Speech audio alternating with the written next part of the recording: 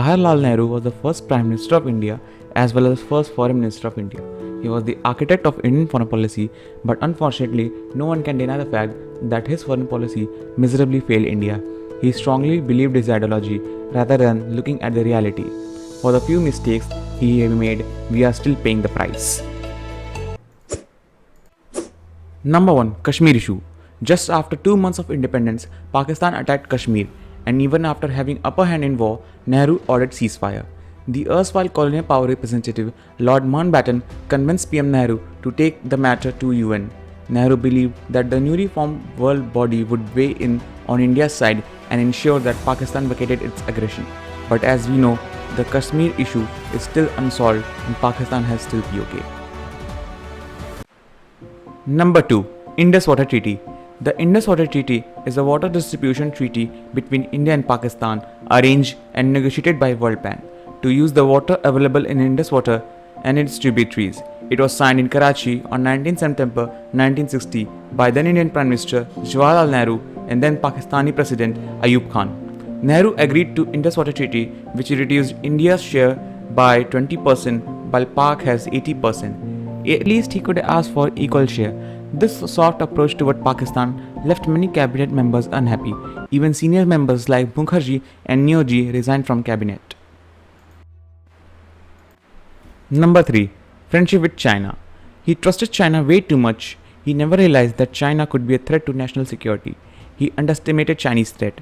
Sardar Vallabhbhai Patel had clearly warned him not to trust China, but he neglected his word. The policy of approach is called defense by friendship. But Nehru did not realize that China was capable of crushing their friendship for sake of their own nation. There was so much contrast between these countries. Nehru was committed to Gandhian ideology of non-violence, while China was looking to transform itself from weak and underdeveloped to strong and military powerful nation. At least in 1950, when China annexed Tibet, he should have realized that China was not a friend for India. The ignorance eventually led to Sino-Indian War, which ended up huge failure for India. The 1962 war cost India dearly. A decade later, Prime Minister Indira Gandhi was able to corral the Soviets into a hasty treaty that was not tested fully because India was dealing with much weaker adversary in 1971, Bangladesh War, which was easily disposed of.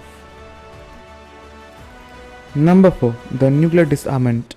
In the development for atomic and nuclear weapons, he laid the foundation for science and technology, but his strong belief in non-violence led him to take up the nuclear disarmament, that means completely eliminating the nuclear weapons, again which was a huge mistake for India. Even after Sino-Indian War in 1962, this decision was never changed. Even it was clear that foreign policy miserably failed. Even Dr. B.R. Ambedkar, the man who made our constitution, resigned from cabinet over reason for a failed foreign policy, and even said that anyone who has followed the course of our foreign policy could not fail to realize the sudden change that has taken place in their attitude towards us. On 15th August 1947, when we began on our life as an independent country, there was no country which wished us ill. Every country in the world was our friend. Today, after 4 years, all our friends have deserted us.